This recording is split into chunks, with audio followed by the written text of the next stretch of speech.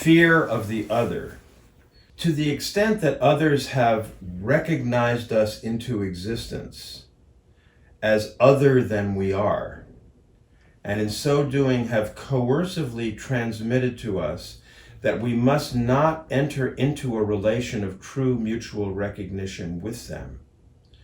To that extent, becoming fully and truly present to the other becomes associated with the risk of ontological humiliation, humiliation in our very being. Thus, adaptation to the personality of the conditioned self is achieved at the price of denial of the vulnerability of the longing for true presence, for true mutuality of presence. Fear of the other inevitably corrodes a social milieu imbued with this kind of alienated adaptation, as the pull of the desire for mutual recognition in each of us threatens to render us vulnerable to a traumatic social excommunication. Okay, that's a mouthful. But the idea here is that,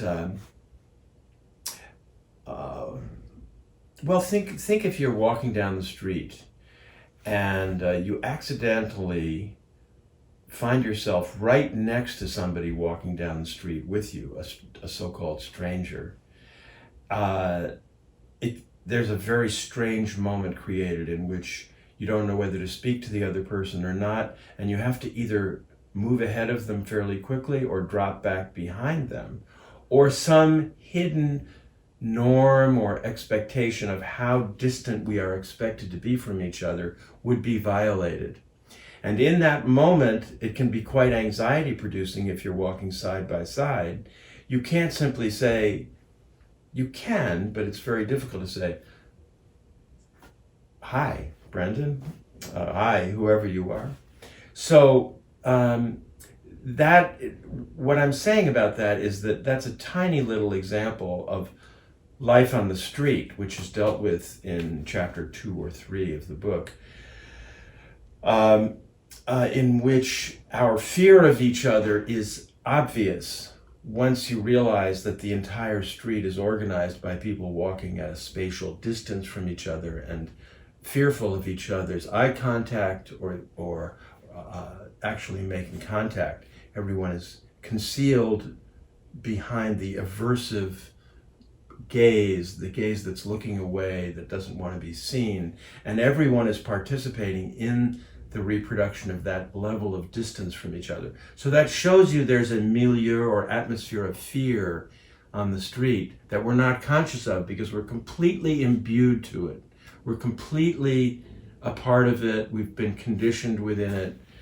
And that's just, we take for granted. We're protected against being vulnerable. We don't want to know our knowledge of how separated and withdrawn we actually feel.